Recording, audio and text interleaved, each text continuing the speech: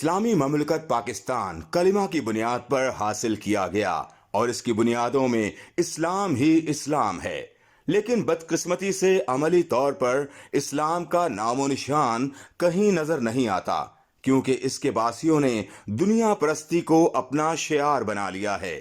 یہاں خالص چیز ڈھونڈے نہیں ملتی، خالص دودھ اور گھی کے لیے دیہاتوں کا رخ کرنا پڑتا ہے، اور جہاں دکانوں پر حلال لکھ کر حرام گوشت بیچا جاتا ہو، اس ملک کا حال اور کیا بتائیں۔ شاید ہی اکا دکا دکان پر پورے وزن کے ساتھ کوئی شے مل پائے۔ جہاں پھل سبزیوں سمیت ہر کھانے والی شے میں ملاوٹ ہو، وہاں حلال اشیاء حاصل کرنا کوئلے کی کان میں ہیرا تلاش کرنے کے مترادف ہے۔ خبر یہ ہے کہ اسلامی ملک میں حلال اتھارٹی بنائی جا رہی ہے۔ حلال اتھارٹی بنانے کی اصل وجہ یہ ہے کہ ہمارے دوست اسلامی ممالک ہم پہ اعتبار کرنے کو تیار نہیں۔ دنیا میں 108 ارب امریکی ڈالرز کی فوڈ مارکیٹ ہے۔ 2 نمبری کی وجہ سے ہم اس میں سے اپنا بہتر حصہ لینے سے محروم ہیں۔ سعودی عرب اور ملائیشیا جیسے قریبی ملک ہم سے گوشت خریدنا نہیں چاہتے۔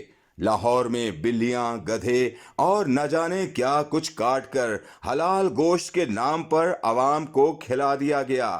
تحقیقات کی بجائے ہم نے معاملہ دبا دیا، جس کی وجہ سے لاہور کے بعد دیگر شہروں میں بھی حرام اور مردہ جانوروں کا گوشت فروخت کیا جاتا رہا۔ مغربی ممالک میں تو مسلمانوں کے لیے حلال گوشت کی فروخت سمجھ آتی ہے، لیکن مسلمان ملک خدا داد پاکستان میں حلال گوشت، حلال فوڈ اور اسی طرح دوائی سمیت دیگر اشیاء پر حلال لکھ کر بیچا جا رہا ہے۔ یہی وجہ ہے کہ ہمارے دوست اسلامی ممالک ہم پہ اعتبار نہیں کرتے، کیونکہ ہمارا معاشرہ بے حس ہو چکا ہے۔